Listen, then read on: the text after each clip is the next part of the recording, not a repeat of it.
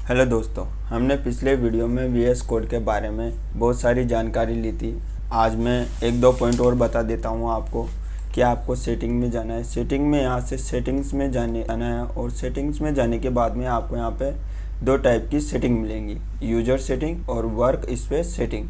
आपको क्या करना है, यहाँ पे यूजर सेटिंग में जैसे ही जाओगे इसमें आप आपकी तरह सेट कर सकते हो। आप खुद यूजर्स हो, मतलब आप इसे कैसे चलाना चाहते हो। तो जैसे कि मैंने डाला यहाँ पे जूम, तो मैं क्या करना चाहता हूँ, मैं कंट्रोल व्हील को क्या करना चाहता हूँ, जो माउस व्हील को कंट्रोल के साथ में ऐड करते हुए और इसको अप डाउन करते हुए जूम करना चाहता हूँ। तो मैंने यहाँ पे इसमें सेलेक्ट कर लिया, आप भी सेलेक्ट कर लिएगा जैसे आपकी इच्छा हो वैसे। ये यूजर सेटिंग होती है जिसमें यूजर्स कंट्रोल कर सकता है। Zoom the font of the editor when using mouse wheel and holding control. तो ये आपके हिसाब से सेटिंग हो जाएगी। उसके बाद में आपको क्या करना है कि टर्मिनल में जाना है। टर्मिनल में जाके न्यू टर्मिनल इसमें जाना है और यहाँ पे क्या करना है, यहाँ पे आपको क्या करना है, सेल डिफॉल्ट करोगे तो आपको विंडो पावर सेल डिफॉल्ट में क्लिक करना है और इसको सेव कर लेना है। सेव करने के बाद में आपको यहाँ पे विंडोज पावर सेल, जो कि यहाँ पे मेरे आ रहा है, आपको भी ऐसे ही करना है। इसके बाद में हम आज बात करते हैं HTML का जो फ्रेम रहता है उसके बारे में। हमने बहुत सारी जानकारी ली थी, आज मैं उसके बारे में, उसमें जो कंटेंट रहता है उसके बारे में बताऊंगा। जैसे कि मैंने शिफ्ट दबा के ये लिखा और यहाँ आया एमेट ऑब्जर्वेशन। अब इसके बारे में भी आज चर्चा करेंगे। एमेट ऑब्जर्वेशन क्या है, तो मैंने एंटर प्रेस किया और मुझे एक HTML का ब्लू बॉयलर प्रिंट मिला। फिर मैंने देखा कि व्हाट इज डॉकटाइप HTML, जो ये लिखा हुआ है, और इसके बाद में जो HTML लिखा हुआ है ये क्या है, एंड टैग, और ये क्या है, स्टार्टिंग टैग। ये टैग नेम होते हैं जिसका यूज करते हुए हर एक में तो नहीं होता, बाकी बहुत सारे शुरू में स्टार्ट टैग और एंड टैग होता है। और ये क्या होता है, HTML लैंग्वेज इंग्लिश। ये क्या होता है, एक एट्रीब्यूट है। डॉकटाइप HTML क्या यूज आता है, डॉकटाइप HTML ये यूज आता है कि हमें ये परिभाषित करता है कि ये कौन सी लैंग्वेज में हम प्रोग्राम लिख रहे हैं। तो हम HTML5 में लिख रहे हैं, XHTML में लिख रहे हैं, ये हमें वो परिभाषित करता है। आपको क्या करना है, गूगल में जैसे ही सर्च करोगे आप डॉकटाइप, तो आपको दिखाया ऐड डॉकटाइप और डॉक्यूमेंट टाइप डिक्लेरेशन। ये यूज आता है, मार्कअप लैंग्वेज को परिभाषित करता है। जो भी आपकी HTML लैंग्वेज होगी उसको परिभाषित करता है। फिर उसके बाद में हम देखते हैं कि जो हेडिंग वाला पार्ट है, जो हेडिंग वाला, ये स्टार्टिंग टैग और ये एंड टैग। आपने देखा कि मेटा 4 सेट UTF-8। अरे भाई, आपने एक प्रोग्राम लिखा, हेलो वर्ल्ड वेबसाइट डेवलपमेंट। आपने प्रोग्राम लिखा और कंट्रोल S दबाया। कंट्रोल S दबा के बाद में आप इसमें ओपन विद लाइव सर्वर में गए तो आपने देखा कि आपको हेलो वर्ल्ड वेबसाइट डेवलपमेंट दिखा, बट फिर ये जो बाकी का पार्ट है वो क्यों नहीं दिखा। तो ये क्या होते हैं, ये मेटा डाटा, मेटा टेक्स्ट होते हैं जिनका, और ये जो इसमें क्या है, हम जैसे ही HTML का जो प्रोग्राम बनाते हैं उसमें हमें स्टार्ट टैग भी नहीं दिखता, एंड टैग भी नहीं दिखता, सिर्फ हमें वही चीज़ दिखती है जो बॉडी के अंदर होती है और जो हमें लिंक होता है वो लिंक ही हमें दिखाई देता है। अदरवाइज हमें कुछ भी दिखाई नहीं देता। ये सिर्फ कोडिंग है HTML, CSS और जावा की। हम यहाँ से जावा स्क्रिप्ट के बारे में भी चर्चा नहीं करेंगे और CSS के बारे में भी चर्चा नहीं करेंगे। हम केवल HTML पढ़ेंगे। HTML को हम ज़्यादा टाइम नहीं देंगे क्योंकि हम CSS अच्छे से पढ़ेंगे, उसमें हम ज़्यादा टाइम देंगे, उसमें हम दिखेंगे, क्योंकि वहाँ पे कलरफुल चीज़ें आने लग जाएगी तो हमें एक अलग से दिखने लग जाएगी कि हमारी वेबसाइट कैसे डिजाइन हो रही है। आप सोचोगे कि कैसी वेबसाइट, आप एक टॉप सी वेबसाइट बना के, ऐसी वेबसाइट कि हमें ऐसी रंगीन फुल वेबसाइट दिखे बहुत अच्छी सी, उसके बारे में हम इसको पढ़ते जाएंगे और देखते जाएंगे कि हमें एक अच्छी सी वेबसाइट मिले। अब ये मेटा डाटा जो है, मेटा टेक्स्ट, ये क्या यूज आता है। मेटा टेक्स्ट आपको यहाँ से सर्च करना है, meta data. What is meta data, meta data क्या होता है, a set of data that describe and gives information about other data. यानी कि ये सभी जो भी अदर डाटा होता है, मेटा डाटा, मेटा टेक्स्ट, उसकी हमें जानकारी प्रदान करता है। अब आप कहोगे कि Meta data, what is meta data, तो बहुत सारे मेटा डाटा होते हैं। मैंने लिखा है यहाँ पे मेटा, तो ये देखिएगा नीचे, meta, compact, description, ads, keywords, redirect, UTF, viewport, ये सारे मेटा डाटा है, यानी कि मेटा टेक्स्ट। तो अब जो ये एक टाइप का क्या है, 4 सेट एक मेटा टेक्स्ट है UTF-8। अब ये चीज़ें क्या काम आती है, अब जो मेटा डाटा है ये यूज आता है कि हमें ये क्या करता है, जो मेटा डाटा होता है ये हमें वेब ट्रैफिक को बढ़ाने के लिए यूज किया जाता है। वेब ट्रैफिक को, जो कि हमारी वेबसाइट को अच्छे से हैंडल करे, यानी कि हमारी जो भी साइट को रैंक करने के लिए मदद करता है। ट्विटर, फेसबुक, डिस्क्रिप्शन सब में अलग अलग मदद करता है। गूगल में, बिंग में, क्रोम अलग अलग तरीके से मदद करता है। इसके बाद में हम देखते हैं कि हमारे में कुछ जो मेटा डाटा होते हैं उनके बारे में लिख देता हूँ। मेटा नेम मैंने लिखा मेटा और मैंने लिखा यहाँ पे मेटा और मैंने लिखा HTTP इक्विवेलेंट और इसके बाद में मैंने लिखा कि X और फिर मैंने लिखा X कंपेटेबल और इसके बाद में मैंने इसको कंटेंट दिया IE और इक्वल टू और इट्स। ये मैंने इसको कंटेंट दिया और इसको क्लोज ब्रैकेट द्वारा बंद कर दिया। ये एक टाइप का क्या है, मेटा टेक्स्ट। हमें इसमें टेक्स्ट देना पड़ता है और फिर कंटेंट देना पड़ता है। इसके बाद में हम देखते हैं कि मैं कुछ और भी लिख देता हूँ, आपके कुछ और भी टाइप कर देता हूँ जिसका नाम होता है मेटा। एंटर किया और मेटा नेम और इक्वल टू डबल कोडेड और मैंने लिखा डिस्क्रिप्शन। मैंने ये लिखा डिस्क्रिप्शन। उसके बाद में मैंने इसको कंटेंट दिया और एंटर प्रेस किया। एंटर प्रेस करने के बाद में मैंने कहा कि this is my content, this is my description, ये मेरा डिस्क्रिप्शन है और मैंने इसे क्लोज ब्रैकेट द्वारा बंद कर दिया। उसके बाद में मैंने डिस्क्रिप्शन दे दिया।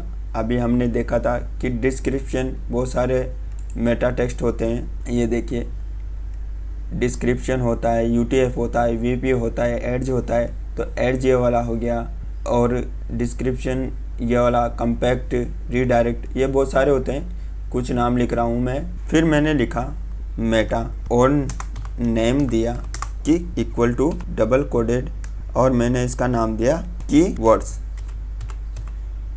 कीवर्ड्स नाम देने के बाद में मैंने इसको कंटेंट दिया, कंटेंट और कंटेंट का नाम दे दिया कि मैं इसको HTML वेबसाइट। उसके बाद में मैंने HTML ट्यूटोरियल नाम दिया। उसके बाद में फिर मैंने वेब डेवलपमेंट नाम दिया। फिर मैंने देखा कि ये तो हो गए keywords, description, x compatible, view port. फिर एक नाम और होता है जिसका बहुत यूज आता है, मेटा।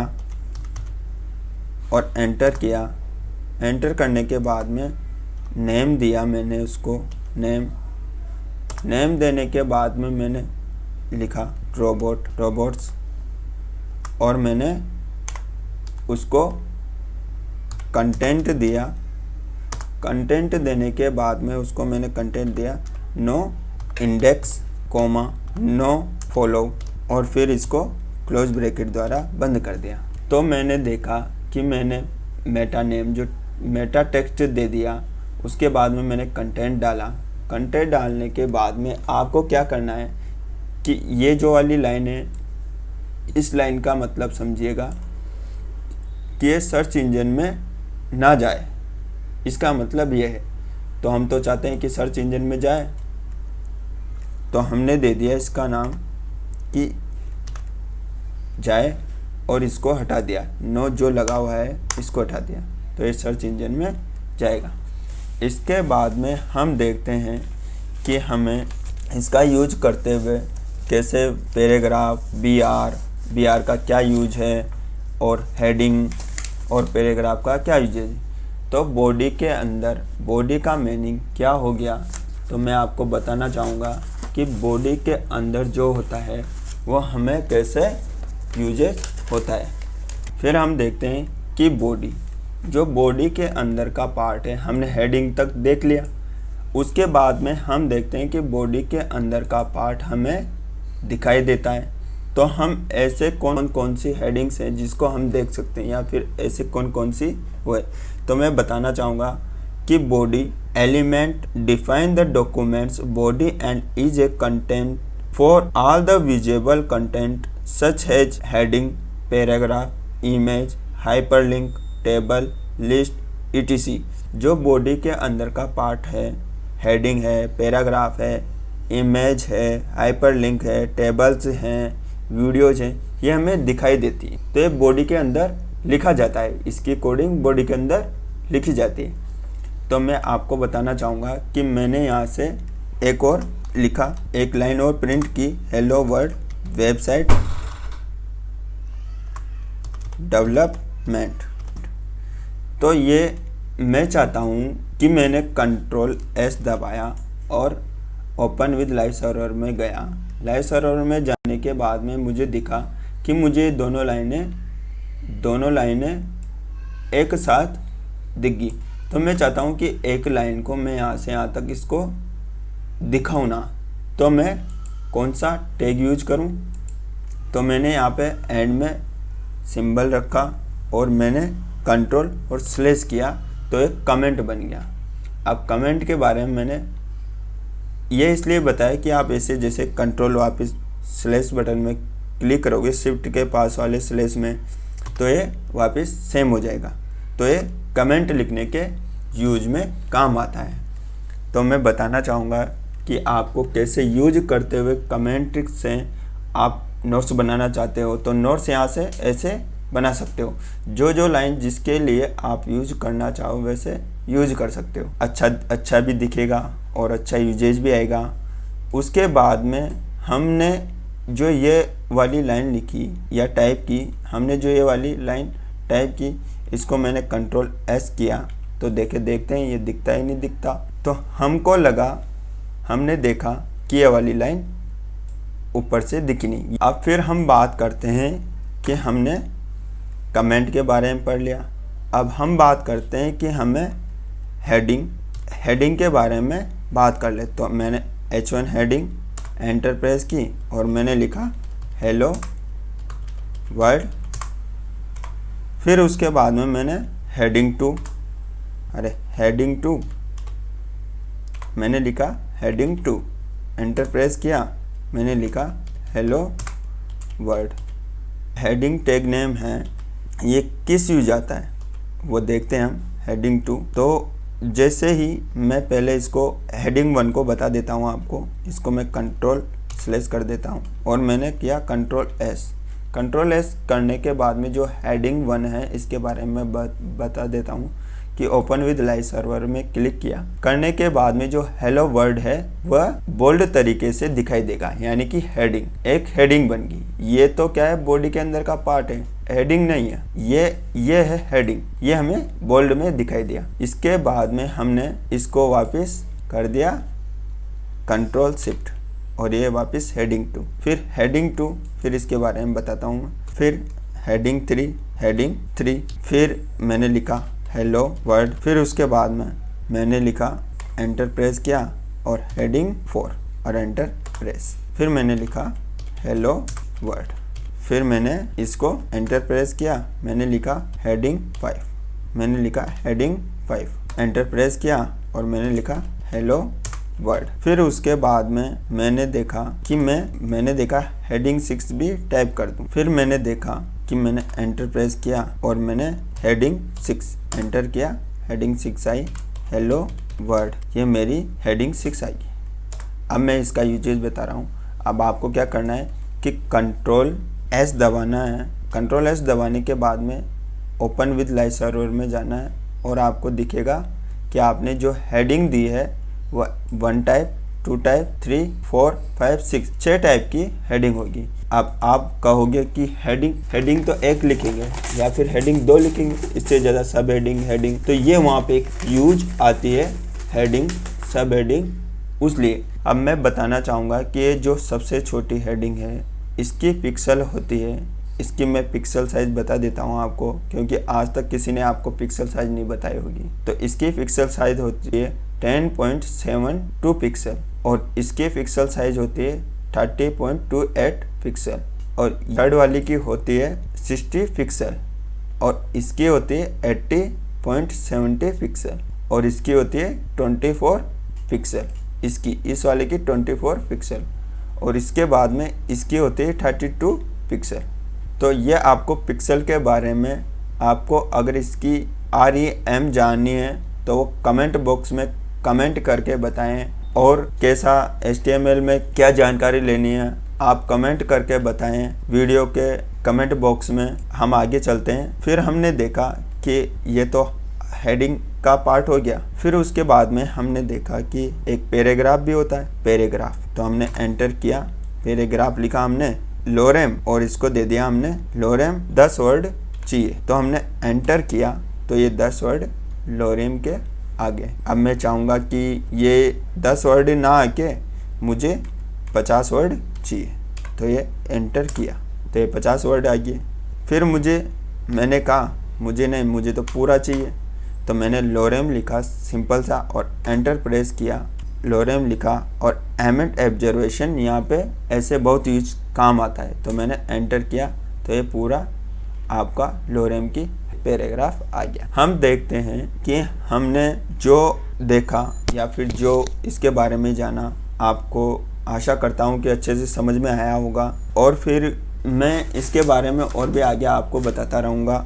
आपको अभी जैसे कि मैं बता रहा हूँ कि मैंने यहाँ से मुझे क्या करना है, कुछ टेक नेम के बारे में बता देता हूँ मैं कि मुझे यहाँ से ये लाइन ब्रेक करनी है। तो मैं यहाँ से BR क्या करूँगा, मैं यहाँ से इस लाइन को ब्रेक करने के लिए BR और प्रेस किया और इसको क्लोज किया। तो ये मैंने, अरे जो लाइन अभी तो ब्रेक नहीं दिख रही थी, इसका भी बता देता हूँ मैं। कंट्रोल S दबाने के बाद में मैंने लाइव सर्व किया। लाइव सर्व करने के बाद में मुझे ये देखिए यहाँ पे दिखने को मिल गई, और ये BR से ब्रेक हुई, BR की वजह से ये ब्रेक होगी। उसके बाद हमें देखना है कि जो BR की वजह से जो ब्रेक हुई, तो हमें यहाँ से आपको क्या करना है, इसको हटा देना। और जैसे मैंने कहा कि मुझे हेलो वर्ड बोल्ड में चाहिए, तो मैं B लिखूँगा सिंपल से, और मुझे इटैलिक में चाहिए तो I लिखूँगा। तो जैसे कि मैंने बोल्ड में लिखने का कहा तो मुझे बोल्ड में लिखना है B लिखने के बाद में जैसे मैंने एंटर किया और मैंने लिखा हेलो वर्ड, तो ये हेलो वर्ड जैसे मैंने कंट्रोल S किया, कंट्रोल S करने के बाद में जैसे मैंने इसको ओपन विद लाइव सर्व किया तो ये बोल्ड में आ जाएगा। ये देखिएगा हेलो वर्ड बोल्ड में आ गया। फिर मैंने कहा कि मुझे ये बोल्ड में ना आते हुए मुझे हेलो वर्ड किस में चाहिए, इटैलिक में। तो मुझे I प्रेस करना है और मेरे को एंटर करना है। I के अंदर मैंने लिखा हेलो वर्ड HTML। अब जैसे मैंने ये लिखा तो मुझे दिखेगा कि मैंने इटैलिक में तो लिखा ही नहीं, बट मैंने I टैग नेम देते ही कंट्रोल S दबाया। कंट्रोल S दबाने के बाद मैं ओपन लाइव सर्व किया और मुझे दिखाई दिया कि जो मैंने उसके अंडर में लिखा, ये देखिएगा ये इटैलिक में दिखाई दिया। फिर मैं चाहूँगा कि मुझे स्ट्रॉन्ग एम्पैथसाइज भी यही काम करता है। जो एम्पैथसाइज है जो वह उसका, जैसे कि हमने लिखा एम्पैथसाइज और एंटर प्रेस किया और मैंने लिखा हेलो वर्ल्ड वेबसाइट डेवलपमेंट। अब मैंने ये प्रिंट किया और मैंने कंट्रोल S किया। कंट्रोल S करने के बाद में मैंने ओपन विद लाइव सर्व किया तो मुझे दिखाई दिया कि मुझे ये देखिएगा, ये भी एक इटैलिक की तरह परिभाषित होता है। इसके बाद में आपने देखा कि जो भी है बोल्ड में है, इटैलिक में है, जो हमने दिखाई दिया, जो हमें जो पार्ट दिखाई दिया वो ऐसे दिखाई दिया। H1 से ये 6 तक होती है और इसको आप है ना यहाँ से ऐसे भी, जैसे मैंने लाइन की प्रिंट की और मैं इसको कंट्रोल D के साथ में नीचे ला सकता हूँ, यानी कि अगली लाइन में कंट्रोल D, ये देखिएगा कंट्रोल D। अब मैं चाहता हूँ कि इस लाइन को मैं पूरी लाइन को सेलेक्ट करके मैं कंट्रोल D से जैसे ही करूँगा तो ये पूरी लाइन डबल बार आ जाएगी, और कंट्रोल S करूँगा और इसे ओपन विद लाइव सर्व में जैसे ही चलाऊँगा तो मुझे दिखाई देगा ये वाला प्रिंट, जिसमें हेडिंग आ गई, सब हेडिंग आ गई। मैं आपको दिखाता हूँ कि मुझे यहाँ से ऐसे एक हेडिंग रखनी है हेलो वर्ड और हेलो वर्ड। उसके बाद में मैंने कंट्रोल सेव किया। कंट्रोल सेव करने के बाद में जैसे मैंने ओपन विद लाइव सर्व किया तो उसके बाद में मुझे दिखाई दिया कि मेरे पास हेडिंग भी आ गई और ये देखो पैराग्राफ भी आ गया। सिंपल सी बात है, ये मेरे बॉडी के अंदर का पार्ट, और बाकी पार्ट कहाँ गया, तो ये आपके मेटा डाटा है, ये क्या कर रहा है, मेटा डाटा आपकी जो साइट बनाई है, आपकी वेबसाइट, उसको अच्छे से चलाने में मदद कर रहा है। ये काम होता है मेटा डाटा का, साइट को अच्छे तरीके से लैपटॉप में, टैब में, मोबाइल में अच्छे से चलाने के लिए। यह होता है मेटा डाटा। क्या होता है मेटा डाटा, ये मैंने बता दिया कि सर्च इंजन ऑप्टिमाइजेशन का एक website traffic. Search engine optimization is the process of growing the quality and quantity of website traffic. ये वेबसाइट को अच्छे से चलाने में मदद करता है। ये होता है मेटा डाटा का उपयोग, जो कि मेटा टेक्स्ट का काम मैन्युअली एसईओ के लिए किया जाता है। सर्च इंजन ऑप्टिमाइजेशन का ये यूज होता है। आज के लिए इतना ही। आप चैनल को शेयर कीजिए, लाइक कीजिए, सब्सक्राइब कीजिए। Thank you, all the best. और जो भी कमी हो तो आप कमेंट में लिख के हमें कमेंट कीजिए और बताइए कि आपको कैसा लगा हमारा video. Thank you, all the best.